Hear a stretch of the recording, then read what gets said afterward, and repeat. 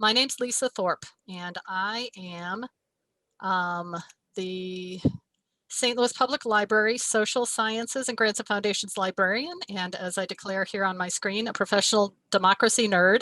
I've been a long time amateur democracy nerd, but now that I work at the beautiful Central Library, which is itself kind of a temple to democracy, and I am fortunate enough to oversee a room that contains the books on democracy and voting and law and all of that. I've decided I can call myself a professional. This was my 2016 Halloween costume. I borrowed a friend's sash who was at the super duper Golden Lane celebration that the League of Women Voters did at Central Library in 2016, right? Anyway, we are so excited that we could all come together because we have a primary election on March 2nd, and it's going to be different than any primary election we've ever had in St. Louis before. And I am a big fan of people registering to vote, voting, but also being informed voters. So I don't want anyone showing up on March 2nd and going, wait, where are the Democrats? Where are the Republicans? What's going on? So we've finagled our friends at the League of Women Voters to help us, help you be informed voters, help all of us be informed voters. And to that end, I think our friends at the League had a lot of fun. They wrote some scripts and they drafted their best thespians, and we have a little video for you, which will be both entertaining and informative. So I'm going to stop sharing, and Kiana or Jordan, hit it.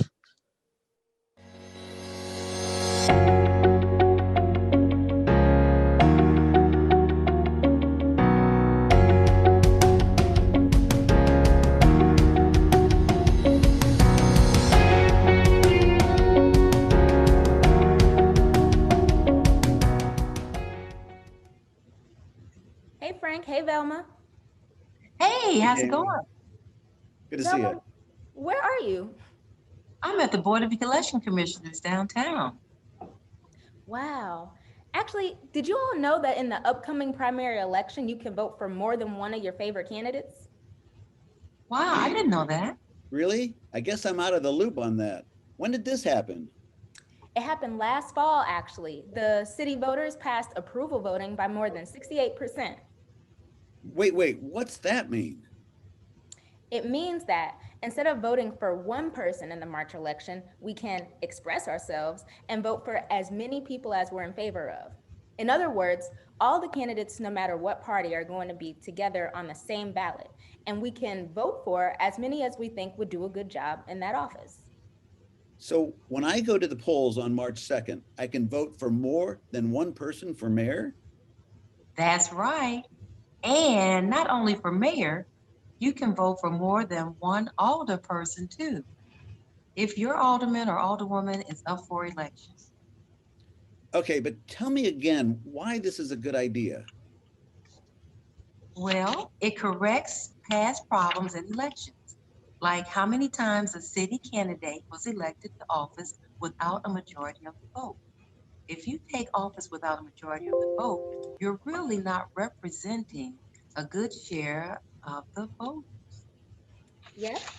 And approval voting makes sure that votes won't be split among similar candidates. So candidates that are typically underrepresented will have a fair vote. And in St. Louis, that's usually Black voters or progressives in St. Louis. Okay, I'm getting it now. But then how do we know who wins if everyone is voting for as many candidates as they like? That's fair, but we won't know in the March 2nd primary election. What we will know, though, is which two people got the top two highest number of votes. So spell that out for me, like in the race for mayor. Well, there are 4 candidates for mayor in the March 2nd primary, right? So voters will go to the polls and vote for the candidates that they approve of, as many of the 4 candidates that they approve of. Then the Board of Election Commissioners counts our votes to see which 2 candidates get the highest number of votes. Oh, so after the primary, we have 2 candidates for mayor. Yep, and then the next step is a runoff. So when's the runoff? Well, that's going to be on the general election, which this year is on April 6th. And as I said, the runoff is the top 2 highest candidates from the primary. And in the runoff, you can only vote for one person. And the candidates with the most votes on April 6th will be the mayor. Thanks for helping me figure out what approval voting is. Now, where can I get one of these sample ballots? Velma? You can get one right at the Board of Election Commissioners. Exactly. And that takes us to our next conversation. Thank you. Hello, ladies. We're meeting today to answer voters' frequently asked questions. So let's gather our resources and get going on this task. Who will be willing to volunteer to take notes? I can do that, Joan. Okay, then how shall we start? Well, how about we get started with a real basic question like, how do I know if I'm registered to vote? Well, I know that there's a phone number you can call, and that is 573-751-2301, and that's the Secretary of State's office. Well, you can always go to vote411.org, or you can just Google, check our voter registration, Secretary of State. Mary, were you able to get all of that? I think so, Joan. Let's see, you can call 573-751-2301 or go to vote411.org, or you can just Google, check your voter registration, Secretary of State. Well, what if you're not registered yet? Is it too late? I think it is. I think it's too late for the March 2nd election, but you can certainly register for the April 6th election, and you can do that by going to the Missouri Secretary of State's website, or you can use a smartphone to go and online, or just go down to the Board of Elections and they'll give you instructions on how to do it. Good information. Good. Then what's the next question we think our voters will have? How about, how do I find out who's on the ballot? Well, I know something about that. Once again, you can go to vote411.org and this time check on find what's on your ballot. You can also pick up a copy of the voter's guide at many locations throughout St. Louis, or you can see it online at the League of Women Voters of Greater St. Louis, Metropolitan St. Louis website. And lastly, you can even go to the St. Louis City Board of Elections website and get it. Okay, Mary, can we see if we got all of that good information? Will do.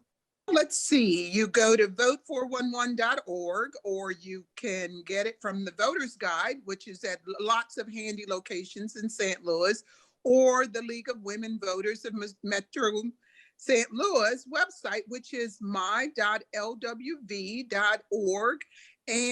Or you can go to the St. Louis City Board of Elections website at www.stlelections.com, or just Google St. Louis City Board of Elections. Got it. Can you also show us a copy of the sample ballot, since it will look a little different this time with approval voting? Okay, I think we can download that from the City Board of Elections website. There we go, Marguerite. Yes. Do you see how all 4 candidates for mayor are listed together without identifying which party they are with? And the instructions say that you can vote for as many names as you approve in each race. Yes, that's great. Okay, so now that we have that covered, what else do we think voters may want to know? Well, some of our city voters will be voting for alderman or alderwoman this time too. So maybe some voters will want to figure out what ward they're in and who their alderperson is. Well, when a voter receives the voter card in the mail before an election, they can find their ward on that card. Or a voter can go to the St. Louis City website to find out the ward they're in, or they can find out their alderman or woman and see how they voted. Okay, Mary, let's see if we can get that good information down on paper Okay, Joan. for voters to see. So how can I find out what ward I'm in? Let's see, we can go get it from the voter card we get in the mail, or we can get it from the St. Louis City website, or we can get it from www.stlewis-mo.gov. And then when we're there, we'll click on government at the top of the page, and then click on elected officials, and you'll find lots of information on that website. Great. So ladies, what if a voter just has some general questions such as, you know, about voting or what's more important, some information about this new approval voting process? I think that they can just call the Board of Elections, the City Board of Elections, or they can go to the approval voting website. But let's get that down on paper too. Okay. City Board of Elections phone number 314-622-4336. And for approval voting, stlapproves.org. That's stlapproves.org. Great. Well, I think we also need to remember the voter hotline in case any voter has a problem voting. Oh yeah, you mean 866 our vote. Yeah, that's a good number. Okay, Mary, can you show that slide? That's an important one, Joan. If you have any problems voting, you'll get a real person to talk to right then and there to help solve the issue. Remember, the number is 866 our vote. Ladies, thank you for your service. You're so welcome. Thank you, Joan, for leading us. Thanks. Good morning. I am here at St. Louis Public Library Central location, and I am talking with Gary Stoff and Ben Borgmeyer. They are, and correct me if I get this wrong, directors of the St. Louis Board of Election Commissioners. And they have agreed to talk to me in connection with our program. And, you know, we talk periodically because honestly, libraries and elections go well together. St. Louis Public Library, as do all the public libraries, are places where you can register to vote or update your voter registration. Many of our locations on the March 2nd primary and again on April 6th will be serving as polling places. And of course, as I always like to plug, we've got lots of books. Lots about elections, lots about democracy and why it's great. So anyway, without further ado, I just wanted to bring these guys together to answer a couple of questions about the upcoming elections. And I'm going to start with what's going to be different on March 2nd? What can we as voters expect when we go to the polling places? Well, the biggest difference for the voters in March will be due to the passage of Proposition D last November. These two elections that are coming up in March and April are non-partisan. So when a voter walks into the polling place to vote, they won't see a party ballot.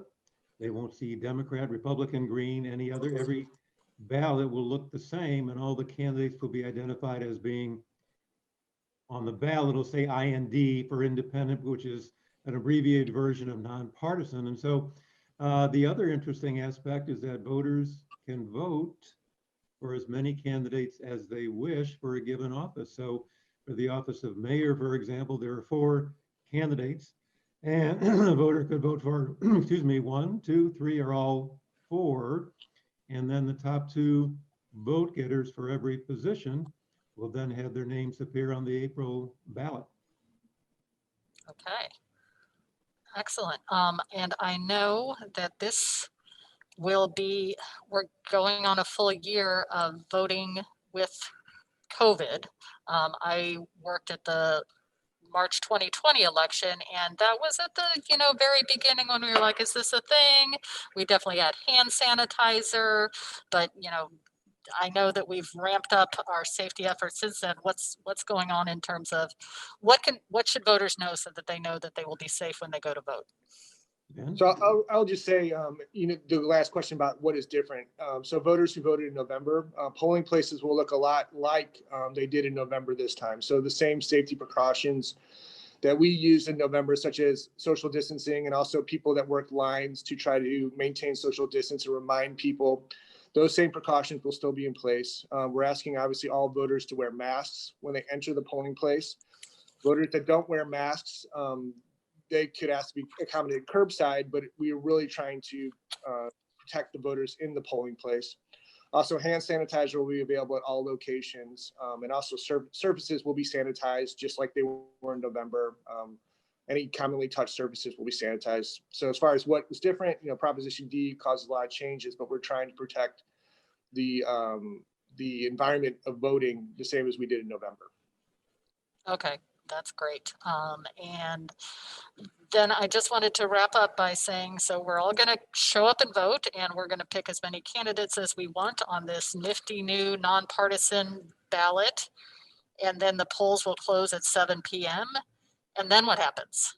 Tell us about the post-election behind the scenes, what goes on. So everything that we do here is done in a bipartisan manner. I mean, Ben and I, he's the Democrat, I'm the Republican. We're on this Zoom meeting together. And we have roving deputies, bipartisan teams that circulate in the wards throughout the day. So when 7 o'clock rolls around and the polls close, and there are no more voters in line, then we shut down the machines, we tabulate. We don't see how the tabulation occurred, but mechanically we shut down the machines, run a results tape, and everything is done bipartisan. So we have this bipartisan team of roving deputies. We have a bipartisan team of election judges. We have a bipartisan team of poll managers. So it's under the watchful eye, if you will, of two people, one from each party, to ensure the integrity of the election and to ensure that the results are results that voters can feel confident in. Then you want to jump in there and... I agree with everything Gary said. I mean, that is the way we do it. And I guess, so I know I've often been disappointed at turnout in a municipal election. I'm always hoping to be pleasantly surprised, so hoping that we get great turnout numbers. But when should we expect to know the results from the March primary? Well, before the evening is out, we'll have unofficial results. Once the polls officially close, then we will run the absentee tally down here of all the absentee votes that we've received. And as soon as we've done that, then we can release the results of the absentee count. Now, that's not definitive. Oftentimes people feel like that's a barometer. Sometimes it is, and sometimes it's not. But as quickly as these bipartisan teams of roving deputies can close down the polling places in their ward and come down here, and they do that under the driving of a St. Louis City police officer, not to frighten anyone, but to provide security for them as well as for the ballots that are being brought back.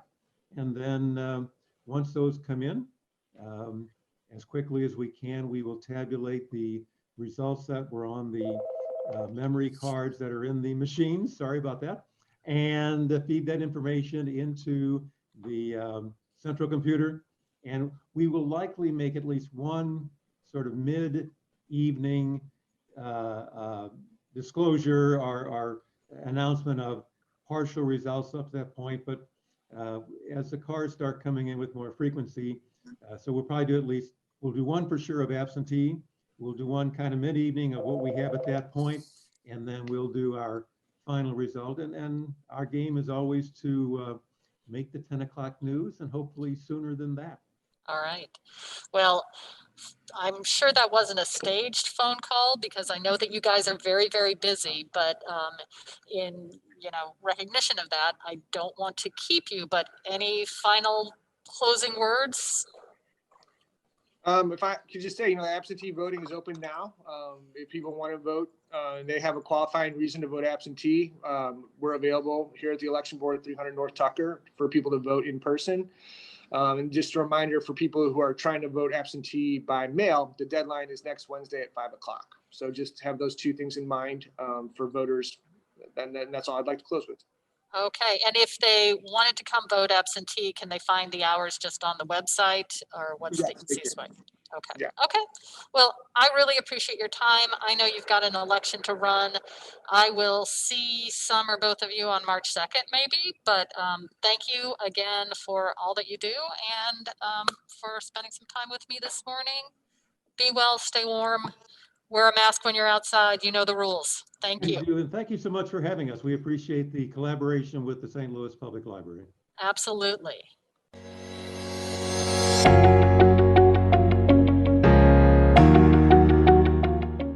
Right. I don't know about anyone else, but I thought that was awesome. I want to thank many of our actors who are with us today. So Frank, Jamie, Velma, Joan, Rhonda, Marguerite, Mary, you guys all did a great job. I'm always appreciative to Ben and Gary when they will take a break from their hard jobs at the Board of Elections to chat as well. So I know I learned stuff. I hope you did, but there's still more to learn, and Kathleen's going to teach us some stuff. So I guess 3 things. Thing 1, the deadline that Ben mentioned was yesterday. So too late to request an absentee ballot by mail. Thing 2, they mentioned voting absentee at the Board of Elections. There are also 2 satellite places. I know in the fall, a bunch of libraries were satellites. That's not the case. There are 2, I've got a slide later, we can tell you where they are, but just know that there are 2 places where you could go to vote absentee. And then thing 3, as Nancy noted, we're asking that you put any questions in the chat. We have some preloaded questions that we're going to have Kathleen talk about. But if you would place them in all caps, that will just help us to, catch them in case people start being very chatty. We'll see. All right. So Kathleen, this is when we're going to say, what else do you need to know? Again, please put your questions in the chat in all caps. And now it's going to be pretty much the Kathleen show, maybe the Marion show, the Lisa show a little bit. But I think the first thing that we were interested in is, again, since this is a new voting system for us all, tell us a little more about like the big picture implications of approval voting. What does this really mean? Why do we want this? How is this better than what we had before? Okay. I'm Kathleen Farrell, and I am head of the city unit of the League of Women Voters here in Metro St. Louis. The League was a leading proponent of approval voting, and here's why. We looked at our city and we said, how can we have better government? And we looked at election after election going back 20 years almost, where we were electing a mayor sometimes with as little as 31% of the vote. And sometimes you wonder, why doesn't a mayor have a mandate from the public or, more sway? And we were also looking at a number of people in the board of aldermen who sometimes were elected with 27% of the vote. And that just didn't seem right to us, because if you've got 2/3 or 3/4 of the voters who didn't vote for a candidate who ended up winning, that's not democracy. So that was the first thing that we looked at. How could we deal with this problem? And how could we deal with the problem of vote splitting? Where you run sort of a stealth candidate to make sure that somebody else doesn't win. And so that was the first thing that we looked at. The second thing that we looked at was the nonpartisan aspect of it. And St. Louis was really behind where this was concerned. Most cities in the United States. And, the other thing that we were looking at was, you know, municipal elections we thought really needed to be nonpartisan because municipal government is for everybody. And so that was the second part of it. So we really got on board. And approval voting, particularly in the first round, really allows you to, as the name of this program is, to express yourself. I mean, how many times have you been frustrated because you've got two candidates, sometimes three candidates, who you think are really good, or they take positions on issues that you really agree with? How do you express that if you can only vote for one? So even if your favorite candidate or a candidate you really like doesn't make it to the runoff election, like in April this year, you have weighed in and expressed yourself and says, I really believe in these candidates' plans to decrease crime in the city, and I want you to know that. So those are the reasons that we wanted to do it. And particularly we wanted to do it in a city that has about 85% of one political party registration. And so we believe that this is much more democratic. So you can look at these candidates, and if you agree with more than one of them, you can express yourself on that. Now in the chat, there was a question. And the question was, well, if you've got a favorite candidate, doesn't it help them statistically if you know, you just vote for them? And fortunately, we've got some experience here with lots of municipal elections that have runoffs, and also Fargo, North Dakota, that just started this system. And we found out that on average, voters tend to vote for 2+ candidates. And in situations where they only had one candidate that they voted for, that didn't necessarily increase their chances.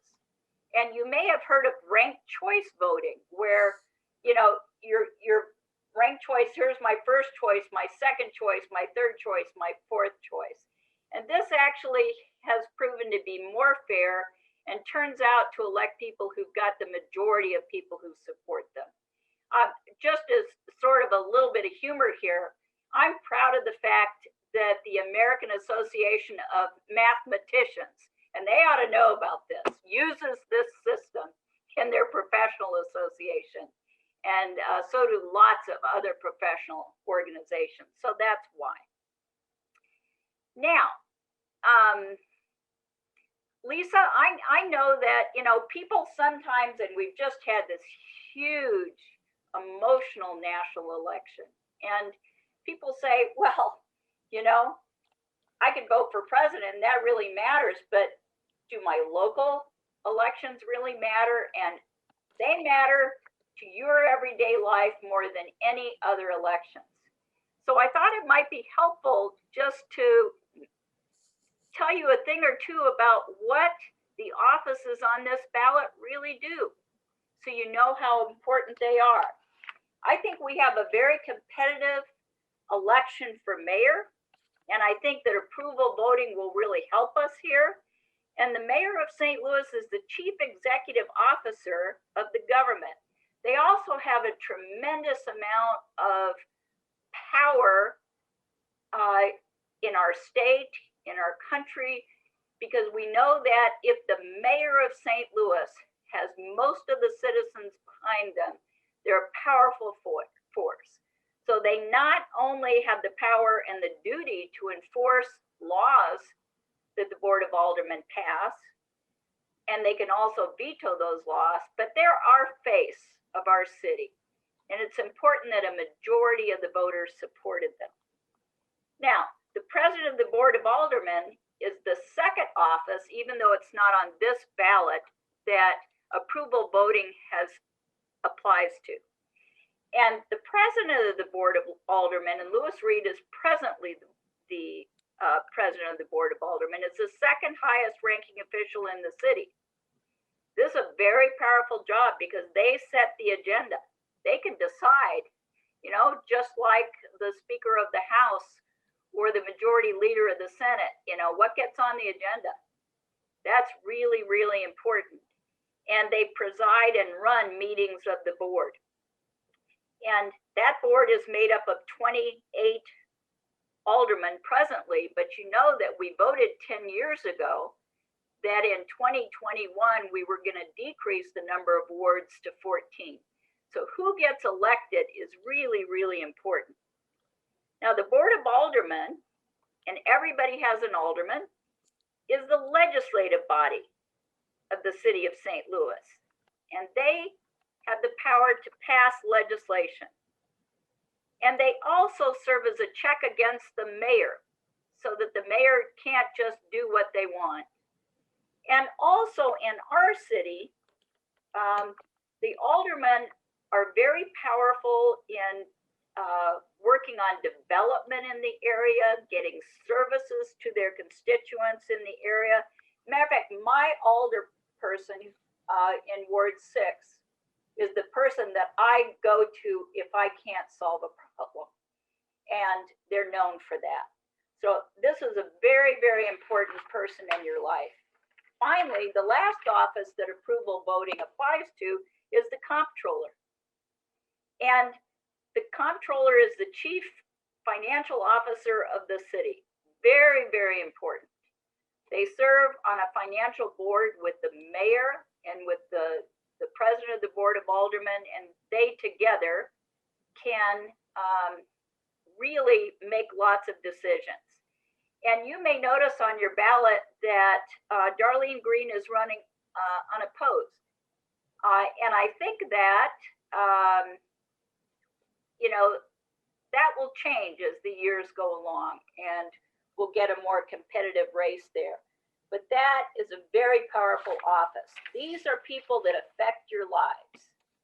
And later on, when we elect more folks through approval voting, I think you'll really see a difference. So I hope that helps answer that question. Yes, I think that it does. And as you all saw, I have a little snippet of the org chart from the city of St. Louis.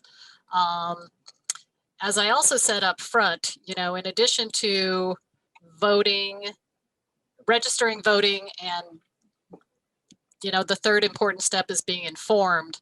I was wandering through the library stacks today, and it turns out we've got a treasure trove of, like, you know, late 20th century or early 21st century voters guides. And I love this, the 1940 League of Women Voters guide. So we've got all kinds of cool stuff. But my understanding is, Kathleen, for the upcoming election,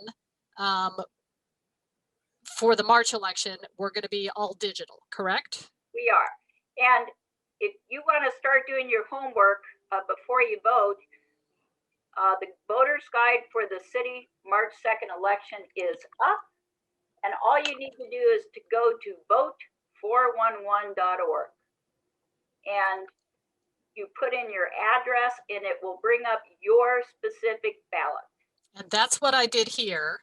And so I plugged in my address. It tells me March 2nd is the next one. And then it talks about April 6th. And then when I went to explore more, I learned that I have two things to vote for. I will be voting for mayor and, as you said, comptroller, which is unopposed. So I'll have the 4 mayoral candidates to choose amongst, as many as I want.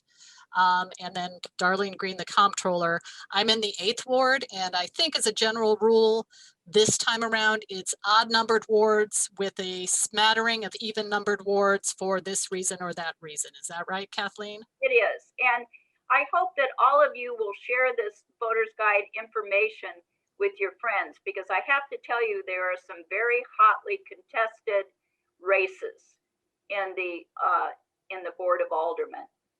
There are 6 candidates, for example, in the 21st ward.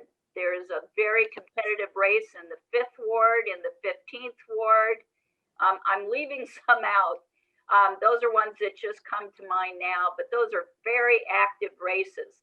And all you have to do is send your friends the link to the voter's guide, or tell them just get on vote411.org, and there's your ballot. Now, when April 6th comes around, we're going to be doing the voter's guide like we always do. And that is that we will not only have an online guide, but we will also have paper copies of that guide. And so not only will the St. Louis Post-Dispatch publish it and put it in every single newspaper 2 weeks before the election, but they also give the league probably about 15,000 copies or so, and our members hand carry those to every single library, senior center, et cetera. And we're talking about 7 counties: Warren, Lincoln, St. Charles, Franklin, Jefferson, et cetera, et cetera. And we hand carry those so that people will have a physical copy of that guide. So that will be available about 2.5 weeks, or as soon as we can get it up, before the April election. And it is a nonpartisan, balanced review of all of the candidates with their answers to questions that we thought were important this time around. And it also gives you a commonsensical explanation of ballot issues. And boy, are those important. And in the city, for the April 6th election, we're talking about the Metropolitan Sewer District is asking you to vote on some measures, and also extremely important is the renewal of the earnings tax for the city. Again, we do this for 7 counties. So you can find all of that, but you won't find it yet. We got to get through this election first, and then we'll have the voter's guide up as soon as we can before the April 6th election. And, you know, I know we're always excited at Central when our pile of voters guide shows up. I'm trying to show the pile, but I can't get in front of my camera. The libraries are all currently serving everyone curbside as well as we can. So we're in the buildings full time, the staff, but we can't at this time let the public in. But I'm thinking if we get our piles, you know, maybe we just slip one into every hold bag that goes out the door. So we are very determined in our dissemination of information. So we'll figure out how best to do that. And, you know, who knows, perhaps by then we'll be letting people back in the building. I know another thing we mentioned is like, how do I know where to go to vote? And you can find that on vote411.org. And I also know that in my household, we received a few voting cards yesterday. And that will also tell you where your polling place is. And did you say, Kathleen, that really none have changed this time? Or am I making that up? I think only one has changed. There are 99 polling places, and they're virtually the same. But you can look those up very easily, or you can call the Board of Elections. If you don't like using the computer, you can call the League of Women Voters of Metro St. Louis, and we'll be happy to look that up for you. But if you're registered to vote, you should get one of these cards that you can see on this slide in the mail. Right, and the nifty thing about those, you know, as all our city voter friends know, for the last several years, we've been using the poll pads, where the quickest, easiest thing, while we don't require photo IDs, you know, if you have something with a barcode like this thing, you know, your voter's card or your driver's license, that's the easiest, quickest way to pull you up on the screen and get you your preferred form of ballot, whether electronic or paper, and get you out the door. So yeah, that. What else were? Yeah, don't let anyone demand a state-issued photo ID from you. The league and the NAACP have gone to court and won every single time to keep that at bay, and we will continue to do so. So this card is great, this perfect ID for you. Or as you look, you can also use a utility bill that has your address on it. What you need is something with your current address, and that will work. So, but this card is absolutely the best. But I know that sometimes people move, don't they, Lisa? I don't know. I haven't forever and ever, but I do hear people move. Yes. And in our city, they move a lot. So the question is, you know, what do you do if you've moved? And the first thing that you should do is look up where your polling place is. So get on vote411.org, put in the address that you are residing at. And then look very, very carefully at what ward you're in. And here's the deal. If you haven't changed wards, okay, then you could vote at your old polling place. And this assumes that you've got a ward election. So if you're in an odd numbered ward and you've moved, the first thing you do is look up what ward you're on vote411.org. And if it's the same ward, okay, you can go to your old polling place and vote, and they will have you fill out a change of address form, okay? Now, if you have changed wards, so say you were living in Ward 5, and now you're living in Ward 1, but you've got an election in both those wards. If you have a utility bill or a lease or a bank statement that's got your new address on it, you can go to the polling place that vote411.org tells you is your current polling place with that proof, and you will fill out a change of address there. Okay. Now you could go to your old polling place and they'd have you fill out a form and then send you to the other one. But you can do that. So that's important to know, because then that will change your address at the Board of Elections. That form will change it. So it's a little complicated, but just call the League of Women Voters or the Board of Elections and they will walk through it. And if you have hassles, then we go back to that number that we showed you during the video about Missouri voter protection, and will help you out. If you should vote on that day, we will do absolutely everything to make sure that you can vote. And I have to tell you, unlike some boards of elections around the country, our Board of Election does everything they can to make sure that everybody who's registered to vote can vote. We have found them to be quite cooperative.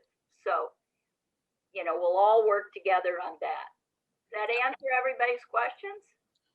I think that's a lot of it. I'm going to promote the library a little bit right here, I think. Are you all seeing the library? Yes. Okay, cool. So as I've said infinity times, my poor kids are like, shut up, enough about the voting. Anyway, the library is a great place for information. League of Women Voters is a great place for information.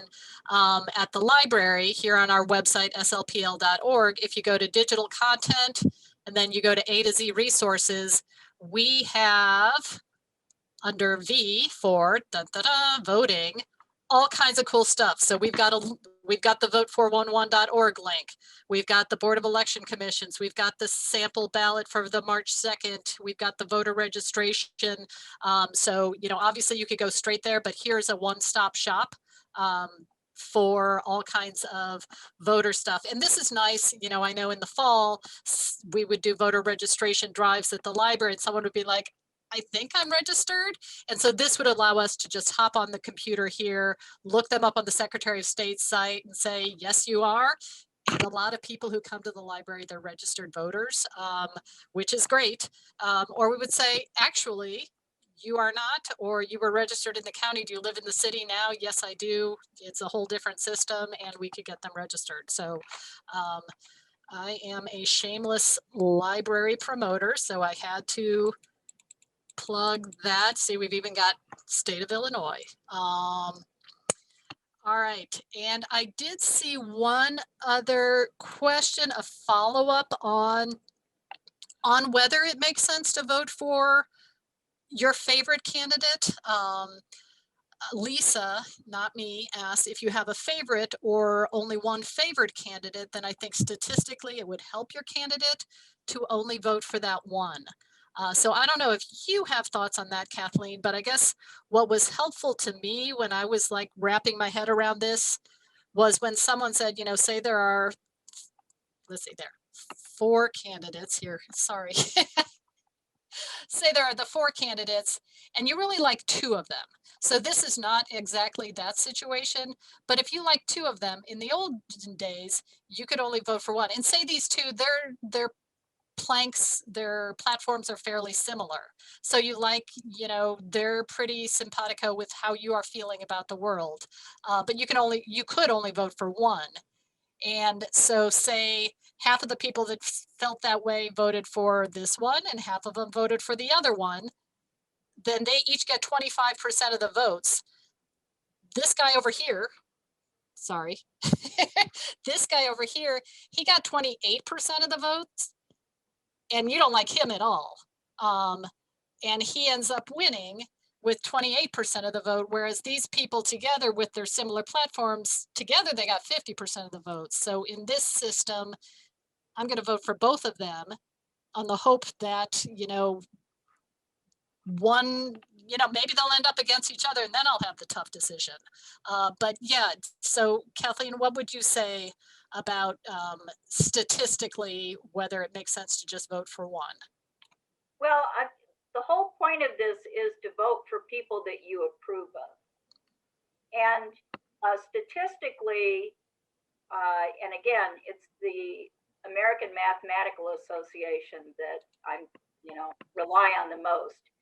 Statistically, they have not found a difference between bulletin candidates and not bulletin candidates. As a matter of fact, the end result of this has shown time and time again that the candidate with the most support comes out of this system as the winner. And I think that's important. I think that what you should do is to vote in the March 2nd election for people that you approve of. And I like to talk about this, you know, who's qualified, who positions do you support, who do you want to represent you? And so that both those candidates have a chance. But the evidence has not shown us that, you know, bulleting one candidate necessarily makes a great difference. But again, you know, we're in the forefront of this and you should vote for who you approve of. If you only have one candidate that you really support and nobody else, then that's who you should vote for. But if you have 2 candidates that you really support and you really think would be good and better than the other 2 candidates, that's what you should do. And that's what this system allows you to do. Right. And I mean, it is kind of exciting. You know, there are not a lot of places that have this system in place. And I believe, and Kathleen will correct me if I'm wrong, that we're probably the largest city that has tried this. And I think a lot of people are watching to see how it's gonna go. And I have to tell you that approval voting is becoming so attractive, and I use that in a, you know, an intelligent kind of way, that there are a number of cities now that are trying to get it passed. I've been working with a group in Denver, trying to get their charter changed to pass it, and Austin, Texas. And there's a number of other groups who have now come forward and are saying, how did you do it in St. Louis? Because, you know, Fargo, North Dakota is cool, but, you know, we're a lot more like St. Louis. So I think people who have the experience of having, you know, primarily one political party control the place, that's the first thing. And the second thing is who keep electing people that less than a majority support, and it just isn't working out well. They're looking at approval voting and they're looking at us to see how this is going to work.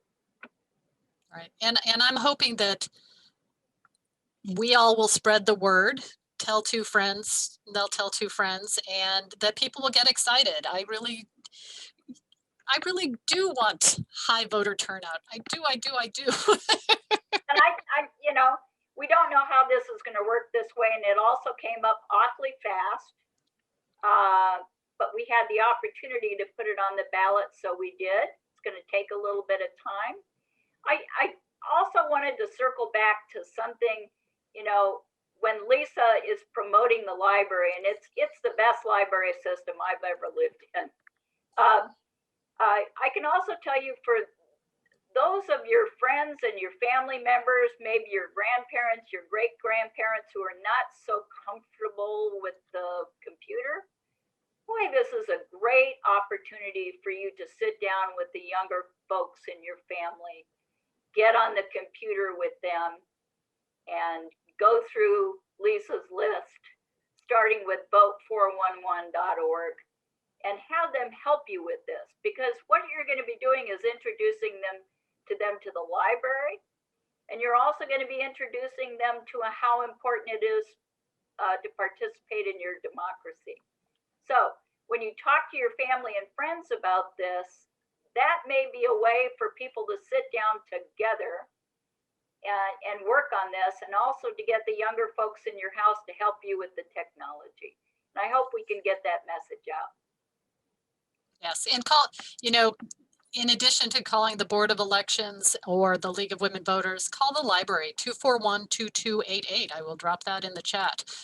But the call that I took and was not muted for, that was forwarded from the library. So Regina, you're going to be getting another call tomorrow. They're sorry they missed you. But, you know, even though we are not letting anybody in right now, which breaks our heart, we are throwing the information out into the world by phone, by email, in little bags that we drop into your trunk, whatever we can do. So we are still here for you. I'm going to share. Yeah, go ahead. There's another question on here that I think that we should answer. And that is that one person asked, you know, will we move from approval voting to ranked choice voting? I think the answer is no, and for three reasons. Number one, approval voting is superior. Secondly, very practically, our voting machines can't do ranked choice voting, and they're not going to buy them in the future to do it. And three, it's much simpler and much more transparent when you produce the results, which was one of the things that when the league decided to support this, we looked at very clearly and compared the two. And we think that that's important for our city.